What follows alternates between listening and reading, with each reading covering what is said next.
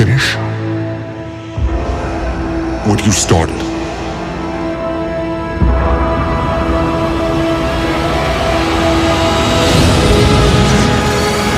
There are stories about what happened. It's true. All of it. Bonjour chez vous, bienvenue pour cette nouvelle critique rapide sur Star Wars, le réveil de la force, réalisé par J.J. Abrams. Pour que vous ayez une totale surprise, je ne parlerai pas du synopsis, c'est parti les enfants. Le réalisateur avait promis un retour aux sources, la promesse a-t-elle été tenue? La réponse est un gros oui. Pour ceux qui ont vu la trilogie originelle comme moi au cinéma, vont sans doute pleurer car cette Madeleine de Proust est terriblement délicieuse. Ce qui surprend, c'est la formidable entrée en matière de tous les personnages. On les aime de suite car on sait qu'ils vont devenir des icônes cinématographiques.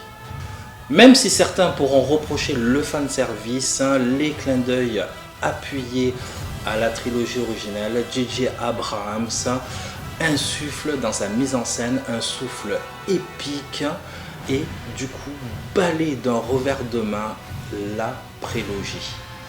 Dans le réveil de la force, vous ne trouverez pas des personnages qui énervent comme Jar Jar Binks, bien au contraire, tous les personnages sont extrêmement bien écrits, de l'humour à l'action, vous allez succomber, si ce n'est pas déjà fait, au droïde BB-8, vous allez éclater de rire avec le personnage de Finn, interprété excellemment par l'acteur John Boyega, qui est une excellente révélation, et bien sûr retrouver le duo de choc atypique et charismatique de l'espace, Han Solo et Chewie.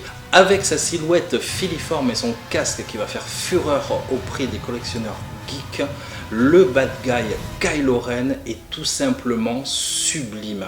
Très proche du personnage de Vador, mais psychologiquement mieux écrit. Mais la grande révélation du film, c'est Daisy Ridley. Elle est tout simplement impressionnante à tous les niveaux. Des scènes émotionnelles aux scènes d'action, elle assure tout. Et elle porte le film, c'est elle la star du film.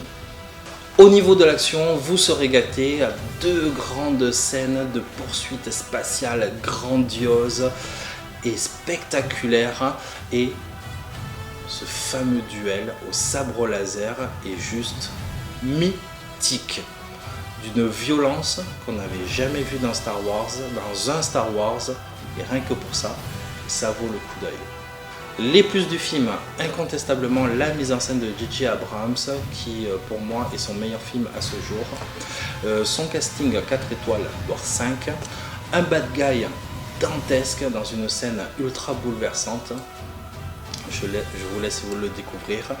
Daisy Ridley, bien sûr, qui est vraiment hallucinante et convaincante vraiment à tous les niveaux. A Star is Born, un scénario extrêmement intelligent, vive Laurence Kasdan, et la musique de John Williams, même s'il a moins bien fait que La Menace Fantôme, qui est un peu en pilotage automatique, ça reste quand même du lourd. John Williams, voilà, frémit à chaque fois qu'on entend la musique. Et au niveau des moins,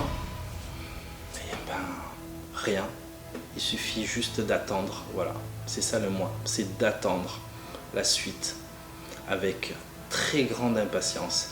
Vous l'aurez compris par ces temps troublés, ça fait du bien de rêver, et comme dirait mon ami Chewie,